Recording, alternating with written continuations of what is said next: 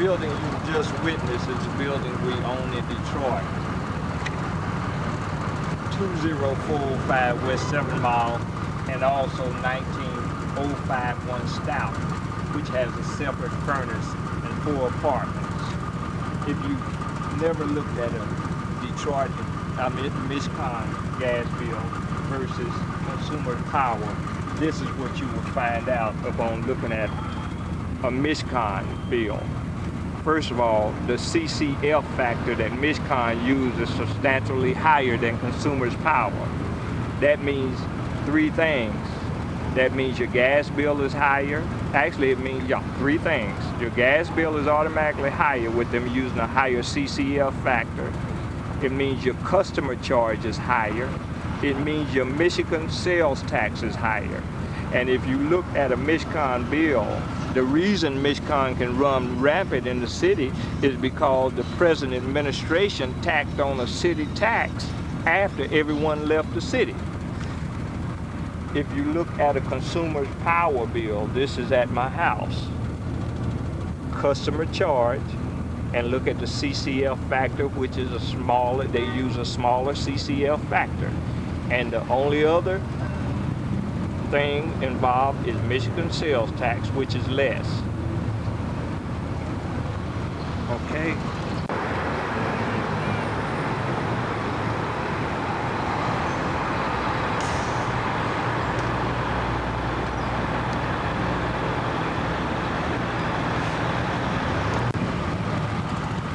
What you just witnessed is the laundromat that my wife is trying to develop within the city of Detroit. We have approximately $130,000 wrapped up in this business, which we're trying to open in the inner city. We are not getting support from the present administration as suburbanites get when they venture into the city to open a business or to do business. Going back to my other building, there's a couple of things I want to point out and reiterate to you. That is the building by apartments, which is 4 units, is approximately 2,700 square feet. It has a separate furnace, but look at the gas bill, $421. That's $421. Now look at the bill at my house, approximately 3,400 square feet with 2 furnaces. It's less than half the amount. This is how Michcon take away from inner city businesses. Our profit margin is usually lower in the inner city, and inner city businesses, whether it's Burger King, McDonald's, or what have you, wind up paying 30%, anywhere from 25 to 35% more operating in the inner city, because there's a conspiracy. And let me also point this out. My problem began with Michcon after the Persian Gulf War. I wrote to Michcon and said, it's strange how you wanted us to be all we can be in the Persian Gulf. And when I say we, I'm talking about the poor whites, Latinos, all Americans that make less income than your more affluent Oakland County. Yet your rates are much higher in the city. It's kind of like AAA insurance, Allstate insurance, State Farm insurance, which insures you which charge you substantially higher rates to insure your car in the city than they do in the suburbs. You have the same thing when you have Michcon versus consumers' power. Let me point one other thing out. The state and the city is in conspiracy with Michcon. The reason being, they will not allow consumer power to come into Detroit, where you would have an option of which gas you would want.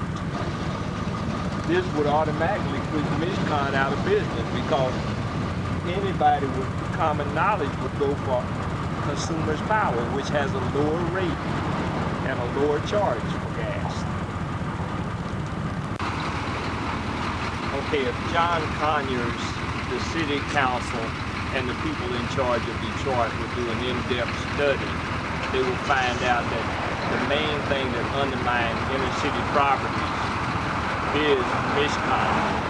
Not only that, Michcon asks that you send in an extra amount to help the homelessness, but Michcon policies contribute to the homelessness.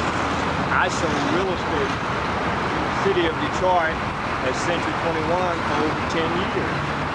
And as I acquired properties, this was one of the main problems I've had and I'm still having with Michcon.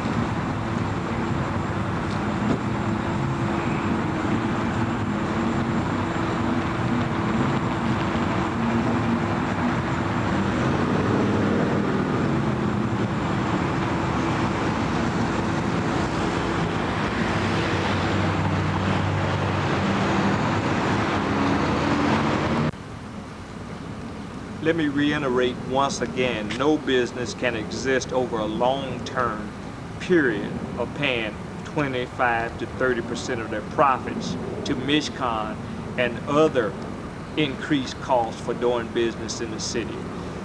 Let me point out another thing. In Oakland County, you have 1.1 million residents with an income of approximately $23 billion. Let me repeat, that's $23 billion.